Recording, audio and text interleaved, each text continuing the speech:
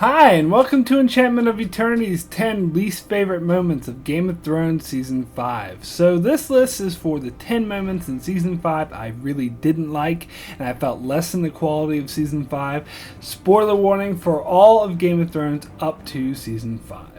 So, before I get to what is on the list, I want to give a brief word about what's not on the list. Because judging by a lot of comments and reviews on the interwebs, there are 3 particular scenes this year that tend to be on everyone's hate lists, and I just wanted to give a warning that you will not find any of those 3 scenes on this list. I simply don't think as lowly of those scenes as most tend to. In fact, one of those scenes I'm referring to you'll find over on my top 20 favorite moments of Season 5, and that is the burning of Shireen.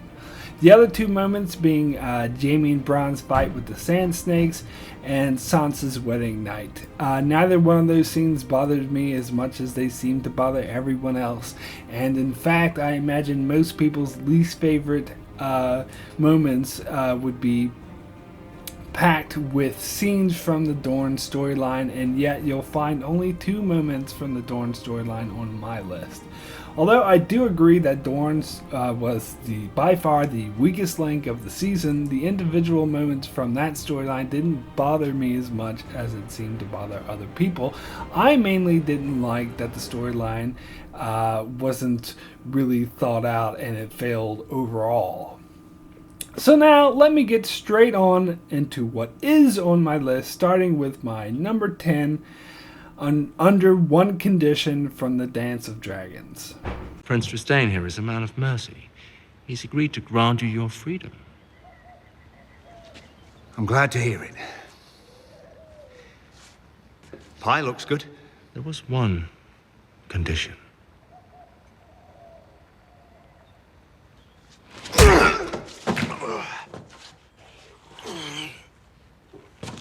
Perhaps some soup instead. So, Jaime meets with Doran and Trystane and asks that Bronn be set free, and so Trystane agrees to set Bronn free under one condition, and they don't say what that condition is, so I'm getting my hopes up and thinking it's going to be something good, something that really sets things in motion, makes the Dorne plot more interesting, but no, instead it's just a cheap attempt at comic relief. A failed attempt at that. Just like everything in Dorne, it doesn't fail to disappoint. Number 9 is, why the hell is he freeing Tyrion from the gift?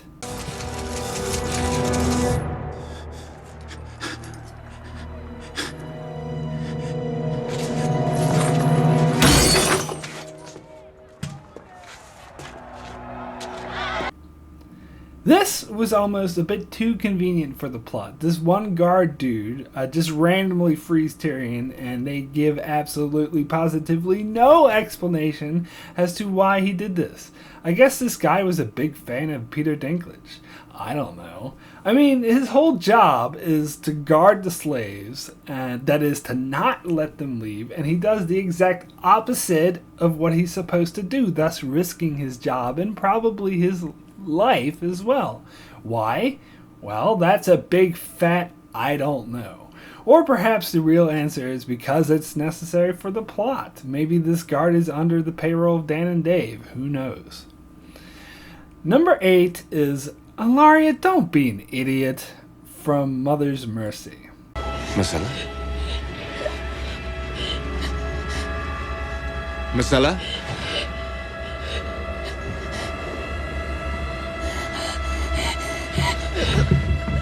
Myrcella? Myrcella?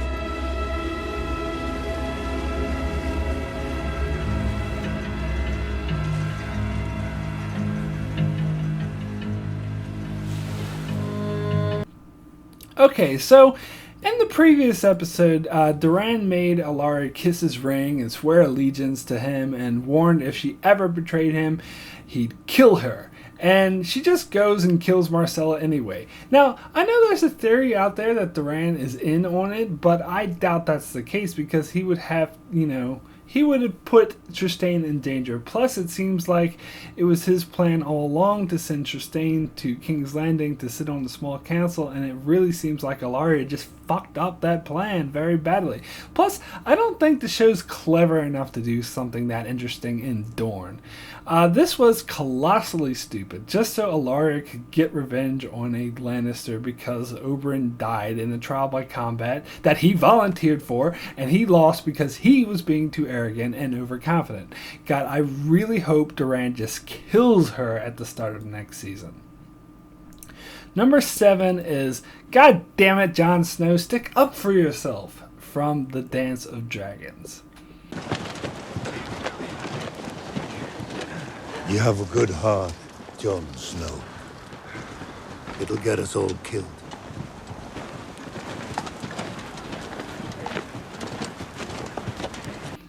So here's a perfect opportunity for Jon to be like, no, you idiot. I'm not doing it because I have a kind heart. I'm doing it because I just saw the White Walkers kill thousands of people and add them to an army that's coming to kill us all, thus proving I was right all along. But instead, he just stands there with that dumb look on his face and gives Alistair the perfect reason to get a bunch of people together and stab his ass. In fact, I have to assume he's already told the Night's Watch about the attack because Sam seems to know about it already. And, it seems like he'd be smart enough to do something like that. Yet, none of the other Night's Watchmen seem to acknowledge this. In fact, in the next episode, a scene starts with him explaining the whole Night's King raising his arm and the dead raising with him, and I thought to myself, oh good, he's telling them now. But then they cut to a wide shot of the room and he's just talking to Sam, and I'm like, Jesus, what is your problem? Why are you telling this to the one guy who's already on your side? He's not the one you need to convince. It seems absurdly idiotic of him. So ultimately it seems it's done for plot convenience because the Night's Watchmen need to have a reason to stab him, so for purposes of the plot, Jon has to act like an idiot, I guess. Number 6 is Ramsay, quit acting like an asshole, from Kill the Boy. I'm sorry. Look at her, Reek. An apology doesn't mean anything if you're not looking the person in the eye.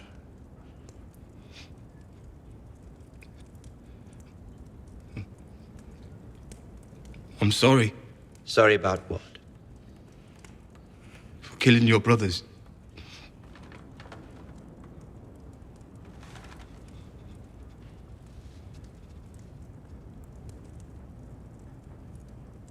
There! Over and done with. Doesn't everyone feel better? I do. That was getting very tense. So Ramsay decides to pull this ridiculous stunt with Rick at dinner, making him apologize for killing her 2 brothers when his own father is responsible for killing her older brother and her mother. It just makes no sense, and even Roose notes he's acting like an idiot. The whole thing was just so absurd to watch, and it was pretty much rendered pointless anyway because right after they get married, he just locks her in a room where he beats and rapes her on a nightly basis, so I don't really get what the point of this was. Plus, why is Sansa letting him get to her like that? She's supposed to be this great player of the game, but instead she's just being open with her disgust and like a chump is letting this jackass get to her. I was not at all impressed with this scene. Number 5 is, let's just skip right over the battle, from Mother's Mercy.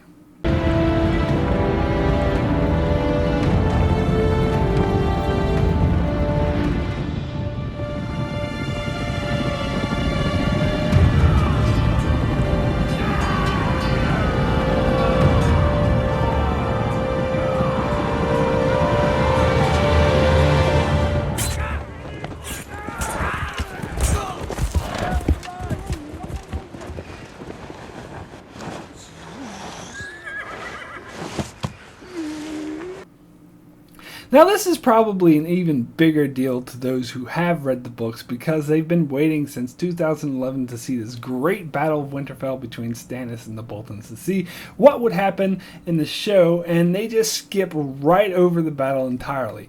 I remember many speculating before the season started if we'd see the Battle of Winterfell this season. I myself thought we wouldn't, and that we'd wait until next season and possibly have an entire episode devoted to it, but instead they just skip right over the whole goddamn thing. What a huge anticlimactic disappointment. Number 4 is Brienne gets turned down by a Stark again from the House of Black and White. This woman swore to protect Renly. She failed. She swore to protect your mother. She failed.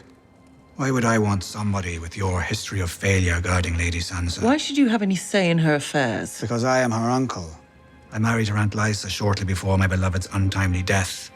We're family now, and you are an outsider. Forgive me, Lady Brienne, but experience has made me wary of outsiders. Lady Sansa, if we can have a word alone. No. Please, my lady, if I could I explain. saw you at Joffrey's wedding, bowing to the king. Neither of us wanted to be there. Sometimes we don't have a choice. And sometimes we do. Whoa, I just got a huge sense of deja vu. Kind of like I've seen this before. Kind of like right around the time episode 10 of season 4 aired. I mean, come on. Okay, as I mentioned in my review for this episode, I actually thought Brienne getting turned down by Arya was worse. And what happened here with Sansa made a little more sense. But it's still repeating a beat we already saw. In fact, I explained it really well in that review, so I'll just show you a clip of what I said there. Podrick identifies a Stark girl to Brienne, who pledges to protect that Stark girl, but the older male companion of the Stark girl is untrusting of Brienne and points out that she's dressed in Lannister clothing, suggesting she's working for the Lannister. The Stark girl then refuses to go with Brienne, leaving Brienne to fight off the Stark girl's older companion, or as the case may be, soldiers who serve the Stark girl's older companion. Well said, me. Personally, I don't think it's very good writing to simply recreate a scene beat for beat that we've already freaking seen. Number 3 is Ollie asks Sam for advice from Hardhome. I've seen the army of the dead. I've seen the White Walkers, and they come in for us, for all the living. And when it's time, we'll need every last man we can find. But what if we let the wildlings through the gates and they cut our throats while we sleep? Jon's taking a risk, but he has to. We don't stand a chance otherwise.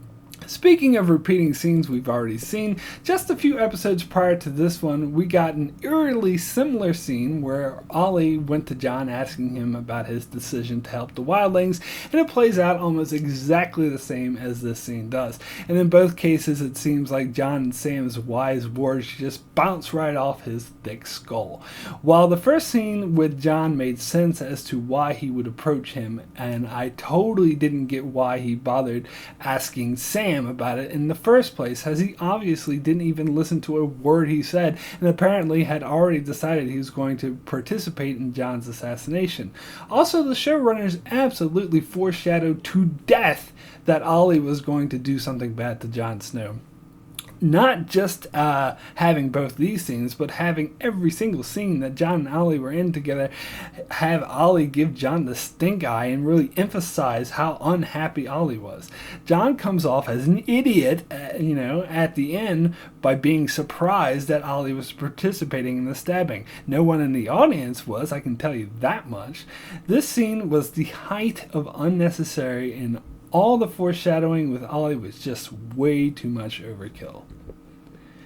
Number 2 is bullshit match cut from Mother's Mercy.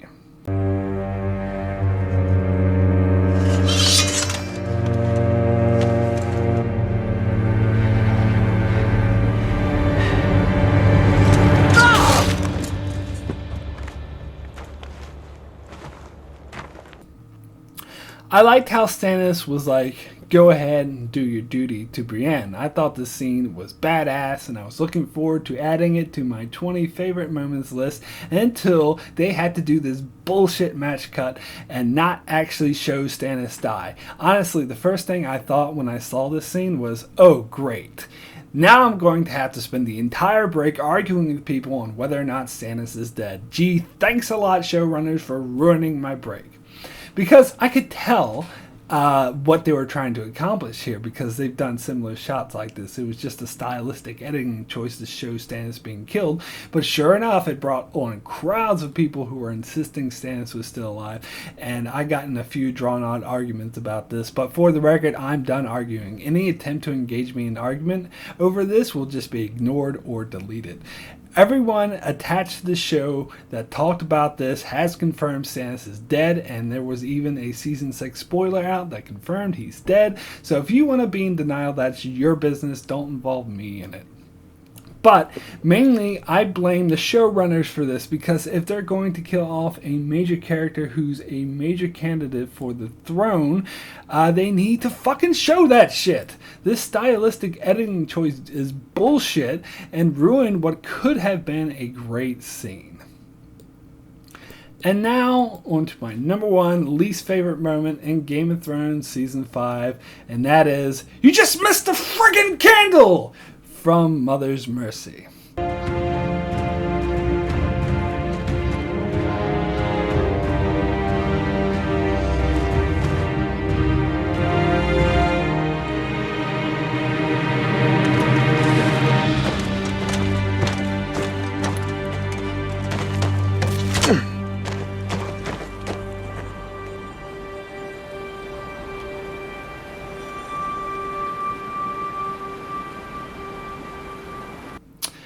Ugh! This scene was so frustrating. When I first did my review for this episode, I said I didn't think it was bad writing, it just pissed me off. Well, I had time to think about it, and I've changed my mind. I do think it was bad writing, and here's why. The chances of her being called away at the exact moment that Sansa was just about to light the candle were extremely ridiculously low, making this to be one of those fake coincidence moments that only happen in TV shows, and thus it kind of pulls you out of the story and reminds you you are watching a TV show. And of course it means for Brienne, overall story is just devastating, as it essentially ruins it. As the majority of her Season 5 storyline, she was just standing there watching a tower, waiting for a candle, and when it finally goes off, she's not even freaking there to see it. So what's the goddamn point of her even being in Season 5? And don't tell me it's to kill Stannis. I don't think Stannis needs any help on that front. No way is he getting out of there alive, and even if she does do something of importance in Season 6, like helping Sansa and Theon, which she had to be in Winterfell to do, that still doesn't change the fact that her entire Season 5 storyline was spent waiting for a candle that she wasn't even freaking there to see. Besides the fact, why even bother waiting for a stupid candle? Did it even occur to her that maybe Sansa wasn't in a position to light the candle? I mean, really, what's the difference would it make if the candle was lit or not? Just go in already. This was just really stupid. So that's it for my 10 least favorite moments of Game of Thrones Season 5. If you had enough of me being all negative and you want to hear me be more positive, go check out my top 20 favorite moments of Season 5. I'll put a link in the description below for that. And make sure you check out my channel for many other Game of Thrones reviews that I do. And make sure you subscribe to keep up with the future videos I'll be doing. And thanks a lot for watching.